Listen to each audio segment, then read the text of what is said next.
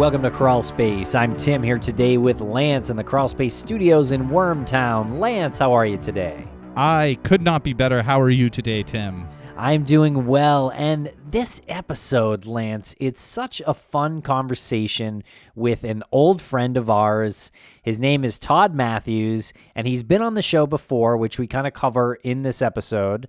And we recorded this a while ago, Lance. Yeah, it became an unexpected controversial episode, certainly not in the subject matter that he spoke about, but I also want to get back to when he was originally on the show. We were connected to Todd through the author Deborah Halber. She wrote The Skeleton Crew, and part of The Skeleton Crew was about Todd Matthews and his introduction to the world of citizen sleuthing when he discovered the identity of Tent Girl. And so we recorded this episode back in November, and we talk about the American Crime Fest a little bit. That never happened. What? And Todd currently is working with the DNA Doe Project. So check them out on social media, the DNA Doe Project, and you can find links to their social media in our show notes. And definitely make sure you check out their social media, because that is the department in which Todd is working for the DNA Doe Project. And Todd found fame in the internet sleuthing community and was in that book, The Skeleton Crew, that wonderful book, because he helped identify a Jane Doe named Tent Girl, who was found in Kentucky by his father-in-law. Sound weird? Well, we're going to break it all down with Todd in the interview. Yep, he identified Barbara Ann Hackman Taylor nearly 30 years after his father-in-law, who was not his father-in-law at the time, found her body in 1968. So 30 years after 1998, just the beginnings of the internet. So this guy was really utilizing every tool possible in order to figure out the identity of Barbara Ann Hackman Taylor. All right, so I hope you like the interview. Thanks a lot for listening.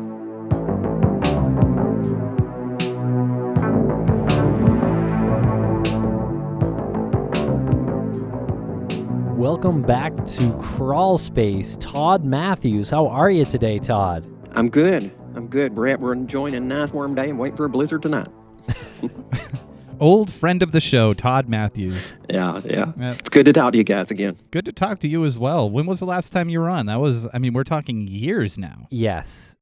I think it was early last year. You were one of the very first guests on Crawl Space. I want to say it was March of 2017. Yeah.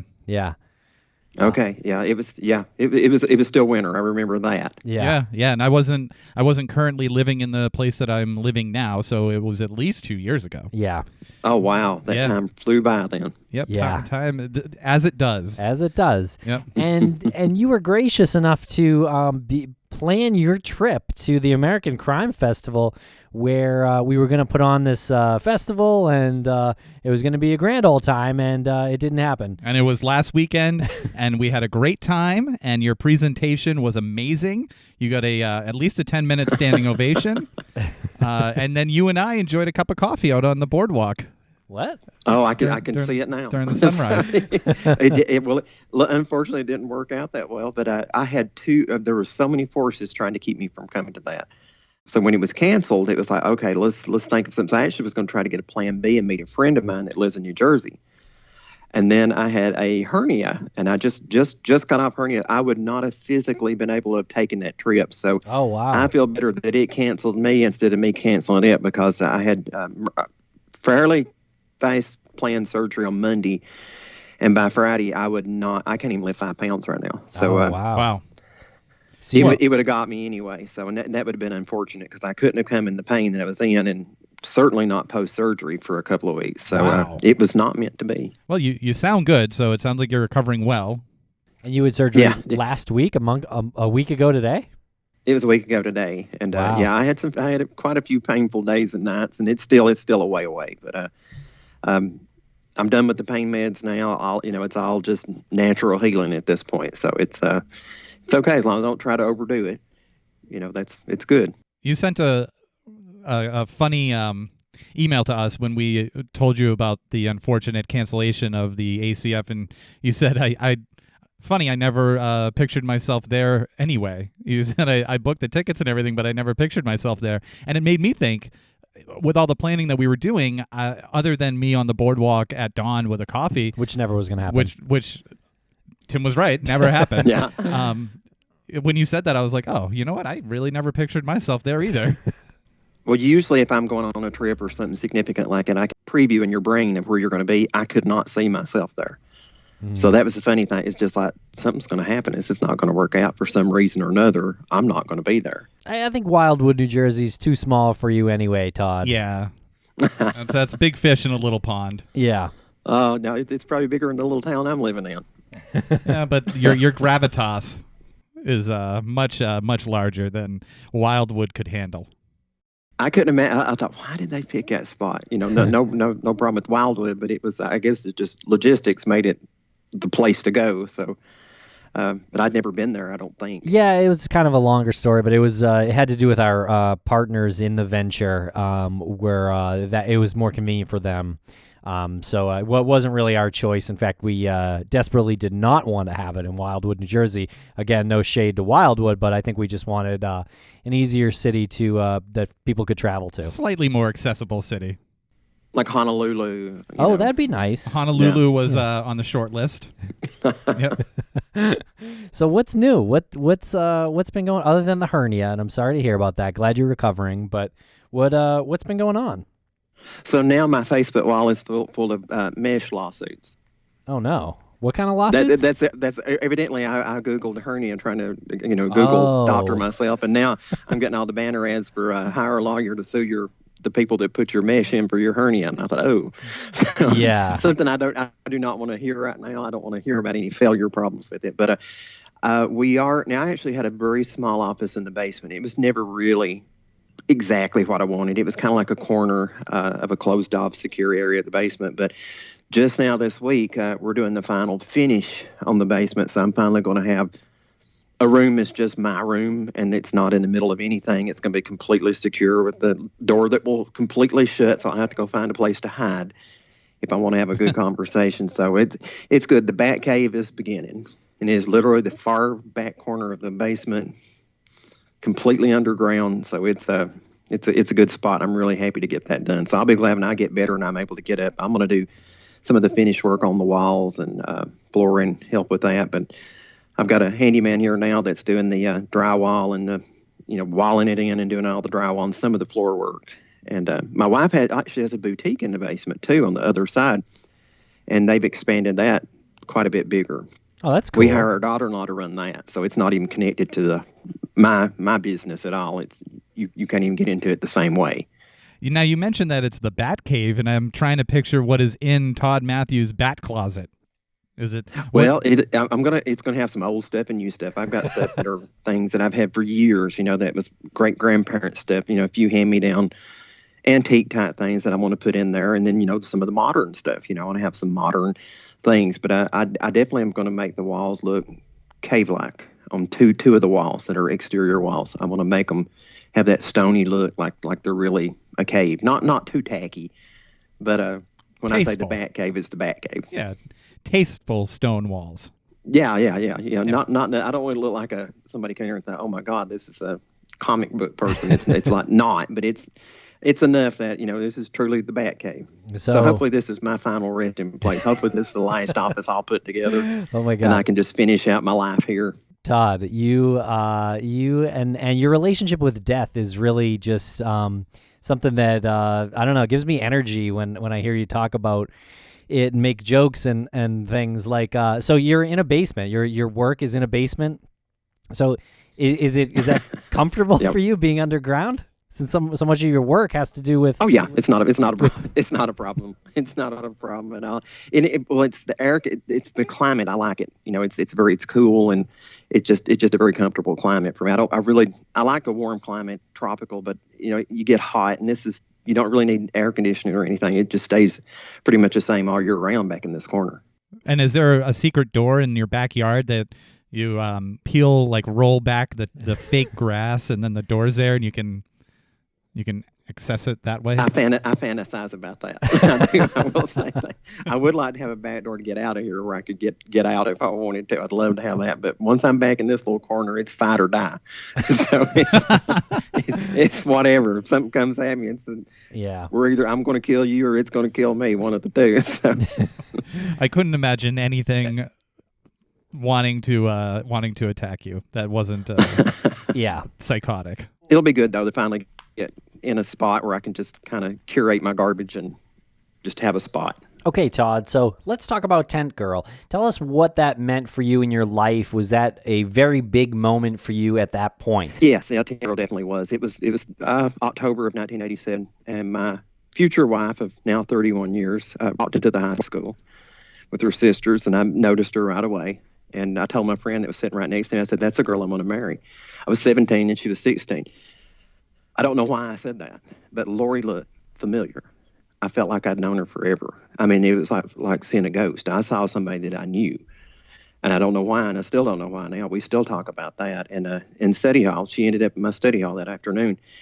Of course, she gravitated over, and we started talking. And it was Halloween time of the year, so she started telling ghost stories, and she mentioned a body her father had found in 1967, 20 years earlier. And she was wrapped in a canvas tent wrapper, so she was known as the Tent Girl, as a Jane Doe. That story, when she told me that story, it sounded familiar. It sounded so familiar that it was like I could never stop thinking about it after that. I thought, I know this story. And then years into it, you become part of the story. So, and I still, that's been one of the most strangest twists that I've ever had, is the involvement in the Tent Girl and how it become part of our life, and now a daily part of our life. Because nothing that we see or do, our lives, our jobs, nothing is not something that spark didn't light. Yeah. I can't tie anything back in my existence to something that had nothing to do with Tent Girl. Amazing.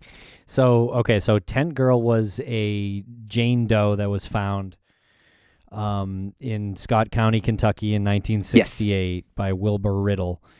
And you were able to identify Tent Girl?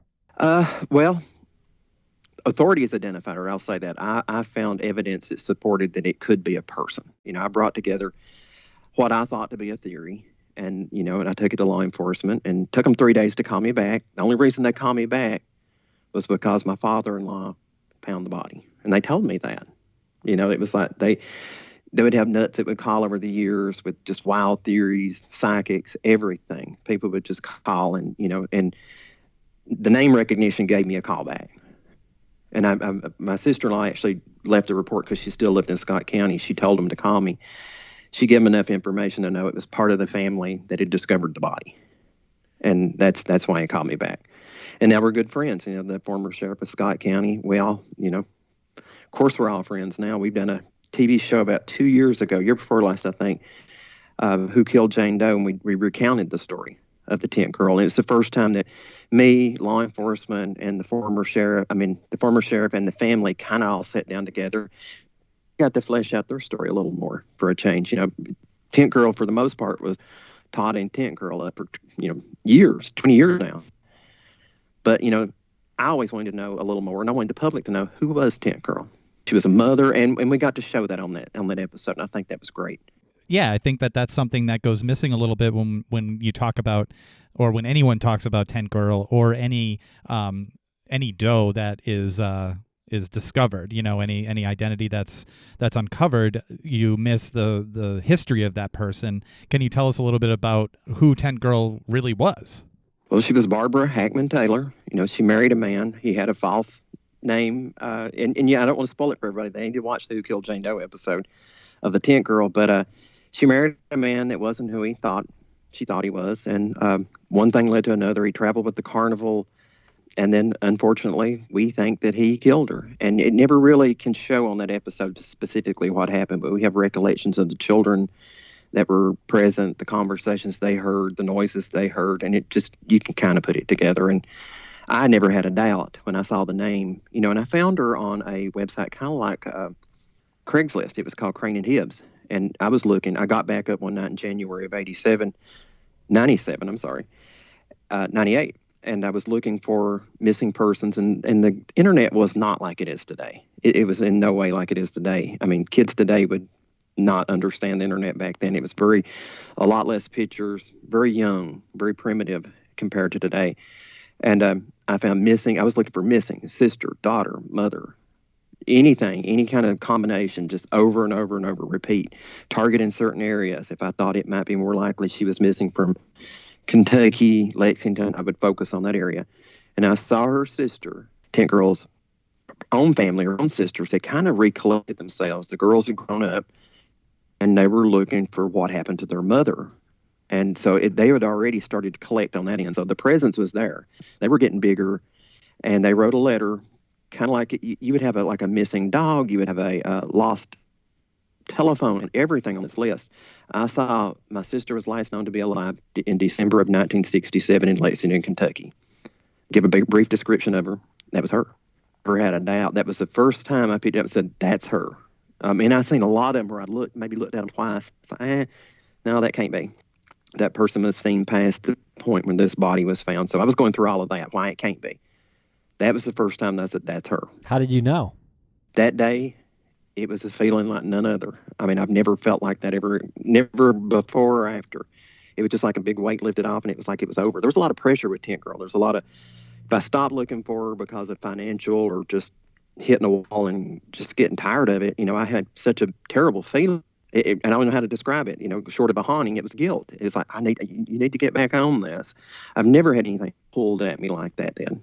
Nothing I've ever let get to me like that. When I saw that name and the contact information of how to get a hold of them, it was over.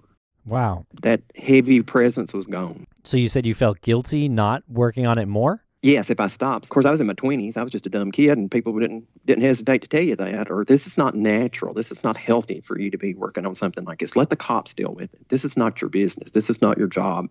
You get all of that. And it was, it just get very frustrating. And long distance at the time, people today might not understand that you just didn't have an unlimited cell phone at the time. I've had phone bills back in the 90s of $200. Yes. And you're making just above minimum wage. Lori wasn't happy about that. Yeah. She would call her mom. Her mom lived in Indiana. They moved to Indiana after they left here. And, it was 10 cents a minute. So you had to ration your telephone calls, to try to call your mom, talk to her once a week. 10 minutes was, it could start adding up really quickly. Hey, 10 cents a minute, 15 cents a minute. We were shopping for whatever long distance we could get for the cheapest cost per minute. Yeah. Now I wouldn't even think about it. It's unlimited. Right. I know. Yeah, and I think that's something that a lot of people have trouble wrapping their heads around, including myself, even though I was alive during that time and experienced that, but you just get so used to what you have at your fingertips now, and that's just like, living your regular life. You, as a citizen looking into this unidentified woman, I mean, now all of the resources you have, it feels unlimited. Back then, you're operating off of a landline with a primitive internet and, staying up late at night to do this. What kept you, other than the guilt, like what kept you going? I had a sense of commitment to her. I felt like, and I think I've told you guys before, I had a brother and sister that passed that I was alive and witnessed it and knew it. They died as infants, and one brother that's still alive, but I saw the impact on the family. But I can still go where they're buried. Mm-hmm. Yeah. So, I mean, at least I have that. And I thought, here I'm going to her grave in somebody else's place that can't be here. And then, as the years passed, when you're 20, you think you're going to live forever. And then you get close and you get, well, there might not be enough time for people to actually visit her grave and know what happened to her. So I can't just be a foster family member that'll visit the grave and pay respects. It's like, she needs to be where she's supposed to be. And that was the whole thing. And I grew up a lot with that. The obstacles that were in the way might not even exist today as obstacles, like the long distance and not having Google Maps to get there and take you right exactly to where a place is. All of that stuff's been taken away for us. There's a whole new set of obstacles now, for things like that. But with her, it was just a matter of time. Time was ticking. And I just wanted her to be where she was supposed to be. She could at least be as well off as my brother and sister. And you yourself went through a pretty significant health scare as a young child, right? Yes, I had open heart surgery at 8. Now, I remember growing up, I'd always known I had a heart condition. So that was, and usually we would go to Vanderbilt, and I paid attention more than most children did. And I could hear, I heard the conversation. It didn't sound good. I never expected to be an adult person. I could get that from the conversation. My mom and dad would try to be a little more discreet with it, but the doctors would use terms that they didn't think I understood, but I did. I did know that. Yeah. I remember going into the operating room, I wasn't asleep. They thought I was. I wasn't asleep. They had to fight me pretty hard, but that one of the people rolling me said something about said this kid won't ever make it out of his teens. Aw. And And you hear that, that beats into your brain. It's like I never expected to be alive today. I really didn't. I never had the idea of being a grandfather or anything like that. None. this was a result of Agent Orange. That's what we think. Daddy had multiple illnesses from it. There was some tumors. He's still alive today, and he's fought through all of it. But he was directly impacted with Agent Orange, and we never had any type of illnesses in our family that like this up until that point. And that was in Vietnam. He fought in Vietnam. Yes. Mm-hmm. Yes. And Veterans Day of all days today, and he's still. I mean, I'm almost 50, and I've been fortunate to have both my mom and my dad with me all these years. That's And great. have always been there for me to help me with anything I ever needed. Did that experience and seeing your siblings and then with Tent Girl, like, give you this perspective on death? Like, I've never seen anyone kind of joke about death. You almost like needle death, like as if like death is like a friend of yours and you guys joke around. He stops by, say, "Move, not today." Well, you do get not, I won't say a fondness, but you do get it's an acceptance. I know it. I know it's going to be. I'm not happy about it, but it's like it's going to be. I might as well accommodate life. I mean, if you plan on like, I'm never going to die, I'm never going to do this, never going to do that. I mean, that's not reality. That's living in a fantasy world. You are going to. There's nothing you can do about it. Prepare for it. In more ways than religious ways. Like I want to find out like what do I want to happen to this house after I die. I built this house like nothing else I've ever done. We built it in a way that we could live out our lives here. We plan to live and die here. And, I want it to be here for my kids. I want them to be able to afford it. I want it to be paid off and be ready for them. So I think of things like that. I want to make sure this is completely paid for so that they can have a place to go to for the rest of their lives if they want to keep it. I'd like for it to be something that would stay in the family and not just something that's sold off later. Now, with Tent Girl and you work on that case, do you think any part of that was you trying to impress Lori? No, because it didn't. It didn't impress her. That's the whole thing. It did when it was over. It did. And it certainly does now because she realized that was my college. Yeah. I just didn't know it. It was my college, and you struggle in college, and I struggled with Tent Girl. It wasn't easy. But that it wasn't your motivation at the time. No, I felt a personal obligation to it. I mean, it's like I knew Lori and I knew Tent Girl, but not necessarily together. If that makes it's like two individuals that I've encountered that I feel an incredible pull toward. And it wouldn't, I don't want to say it, nothing like it. You hear of love at first sight. It was more than that. I mean, it was like I knew her. It was just like you just woke up and you recognize somebody you didn't know yesterday. I know her. That's the person I'm supposed to stay with till the end. What were you doing professionally while you were looking into Tent Girl? Well, I went to work at the factories. We started out, garment factory was the first thing here. And the garment industry's gone from here now. But just sorting bundles and that type of thing, working in a cutting room. That didn't last very long. I'd worked in a grocery store and I met Lori. I was working part-time for my uncle. And then you had to get a big boy job then. So we both went to work for a garment factory, worked together. Because there was always some kind of need that we needed to be kind of close together. I don't know. I just always felt like we needed to be somewhere within arm's reach of each other. And so we tried that. And I ended up going to Hutchinson. It's an automotive factory. And I spent 20 years there before all of this blew up. Things had to evolve from Tent Girl. Once identification was made, there were several years later that a little growing up had to happen, and it had to set in, and people got to hearing about Tent Girl, and it kept reverberating. The same problem would come up with unidentified, and they'd say, but wait, the internet did this for this one. How can we do that? So it kept bringing people back to me, and I would engage with them, even single opportunities with medical examiners. It's like, I want to put this on Doe Network, and we would help them. We would do it. We would put their case up and at least get the word out. We didn't even have a handle on how many John or Jane Does were out there. It was like they were just randomly, and nobody had really tried to coalesce something together to have an idea of who these are. And once you start putting them together, the Samuel Little things start to pop out. The trends, like, wow, 7 of these were redheaded and were strangled. That's when we were able to start putting together trends and things like that. to figure out like, wow. And I remember telling law enforcement, like we would say something very similar, just a far enough distance apart that word of mouth wouldn't have shed a little light on it, and just say, hey, there's another body just like that one in this area. And there was one with Tent Girl too, one in Pennsylvania, a girl had been put in a bag, and we think that it was unrelated. But I don't know that. I don't know for a fact. Candace Clothier, I don't really know that it was unrelated. Does the thought of like a serial killer in any one of these cases cross your mind? It must, right? Oh yeah, definitely. And you see things, and and sometimes it may or may not be something of any significance. Sometimes it's just coincidence, but then other times it can be more. Mm-hmm.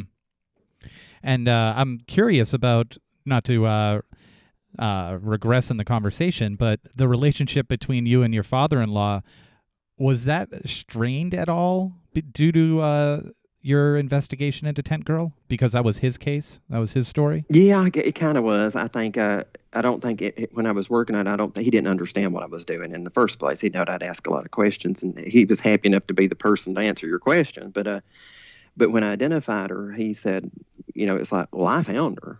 It's like, well, yeah. But you see in a lot of these cases today, it's what he didn't understand. Like a lot of these John and Jane Does found by passerby.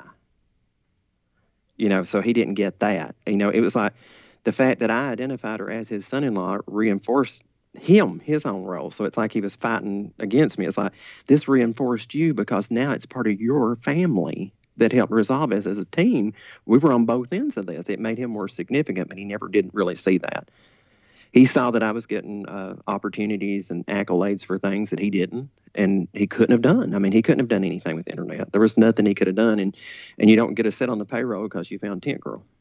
You don't. I mean, he did. I don't think he understood what I had to do. Like right now, what I do on a daily basis doesn't directly have anything to do with the Tent Girl other than proximity of putting me here.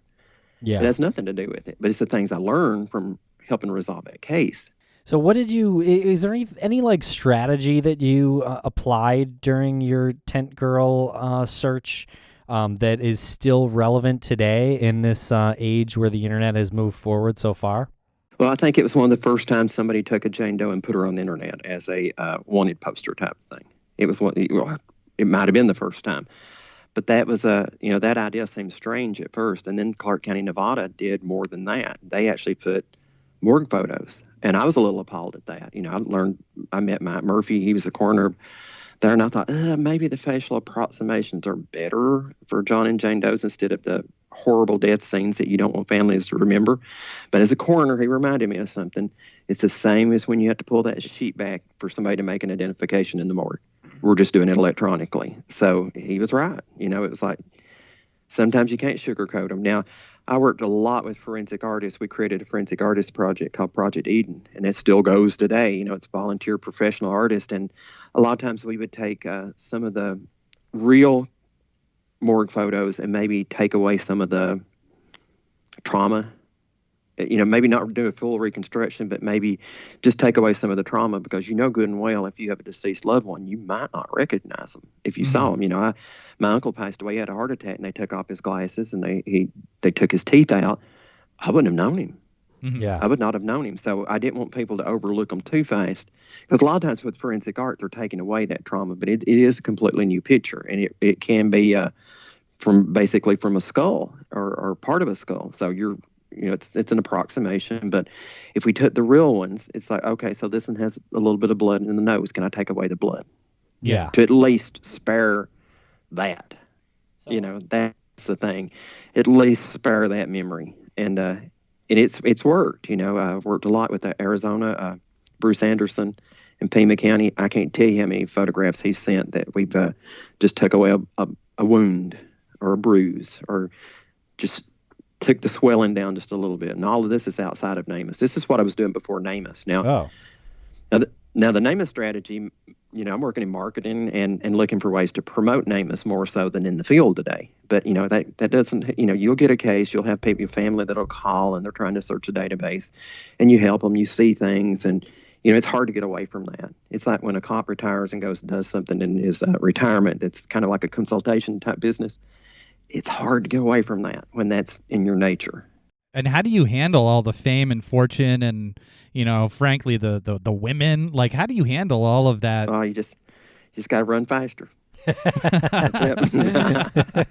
you have any plans to write a book about your experience, or maybe can we see this the Todd Matthews story starring Willem Dafoe. Willem Dafoe as Todd Matthews? Well, most people do write a book when they're done with their professional career. So I mean, I'm not going to say it just seems huge right now to think about that, but I think everybody should at least document some of the things that occurred during that pathway, just to let people know. And I get a lot of opportunities to work on scripted and non-scripted.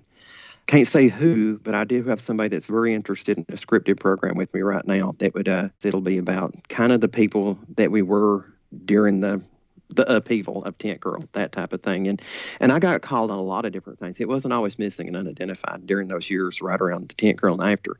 It was unsolved homicides. There were so many offshoots that people were trying to apply the same thing. Like, well, you could do this with information. Can you do that? And sometimes you could put information out there and get feedback from the public. I mean, I'd literally have people come into the house, a news article about we're working on this case. We're not sure if it was a homicide or not. And I'm just trying to help law enforcement gather more details. Have people come into the house and they would tell you, here's what I know about it. Here's what I know about that. And they didn't always want to talk to law enforcement, but they would talk to me. And I think one of the burning questions that people probably have at this point is, when are we going to hear the Todd Matthews podcast on the Crawl Space Network? I would be too busy right now, but I did that. I did Missing Pieces for a while back in 2006 and 2007.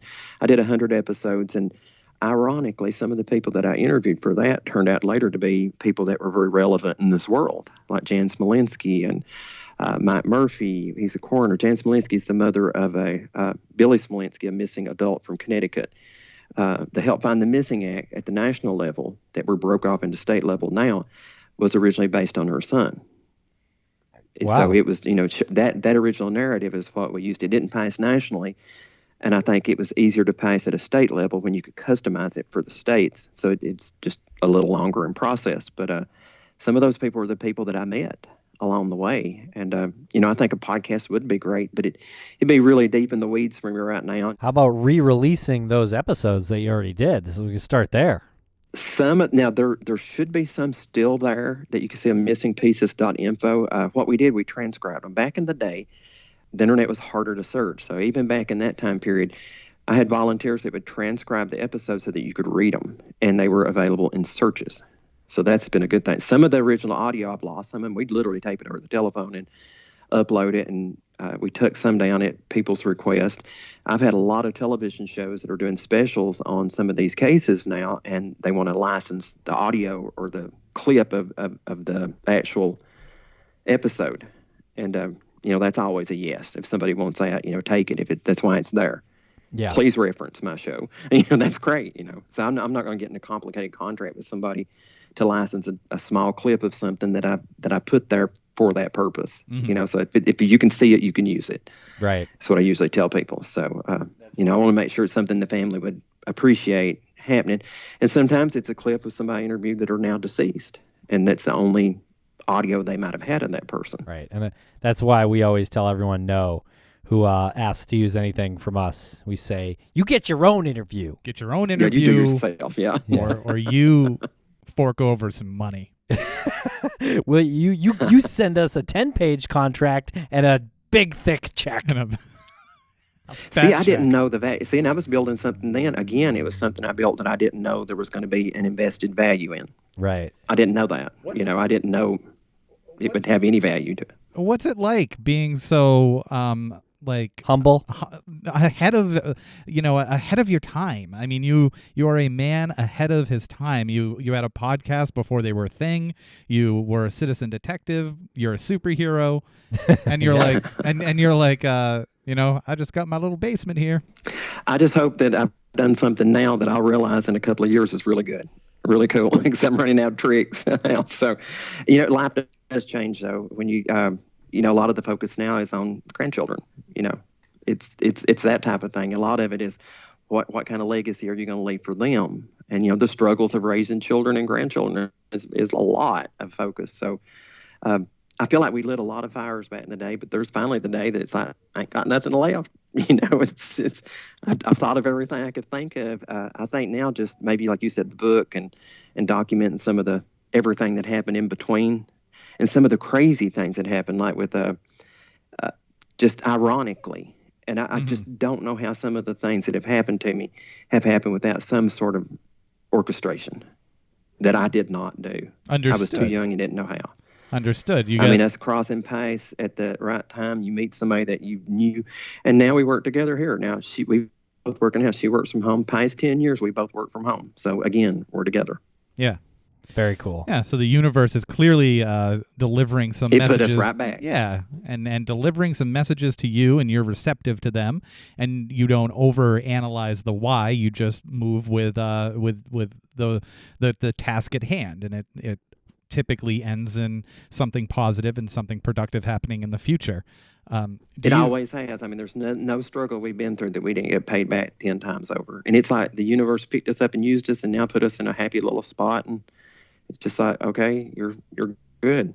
You're okay. You guys have got jobs that are not physically difficult to do. Mentally they are, but as long as we're sharp in the brain that we can do it. And you can earn a good living. You can be close to your family. You're together. Okay, I'll take it. Well, hearing you puts me in a good spot.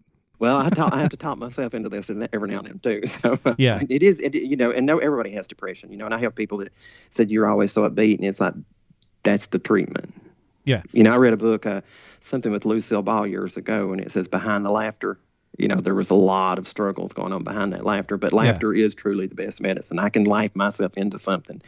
There's times where you feel really down and just about everything, like getting older and your parents are getting older and you got to find a buddy or somebody that you always laugh with and just find the funny things and laugh at it, as much as you can. Make fun of something that deserves it and then just laugh it out. And there's always somebody that deserves it. So there's no shortage of that. Yeah. Yep. Lance does deserve it. And even us, you make fun of each other or yourself. It's the best thing. If I get offended, I just won't talk to myself for a week or so. So that's good. Is there a particular tent girl that you're working on now that you would like to see brought to a conclusion? No, I can't have favorites with this, but I mean, there are, some that are close to you that are physically, geographically close to your area. You do wonder because you wonder about I probably walked up that trail or that person. What if they were right here? It's just natural human curiosity on those things. You see them. There was a case from the late 90s from Campbell County, Tennessee. It was the first case that we did a facial reconstruction for. It was a Jane Doe shot through the skull. And, I had her skull for a period of time. I took it to a forensic artist and literally had a skull in a duffel bag. My first skull in a duffel bag. So when you get this close to seeing things death, the part that most people don't get to see, that behind the scenes, you get a little used to it. It's you can get more comfortable with it. It's like, it's inevitable. Yeah. So you might as well know as much about it as you can.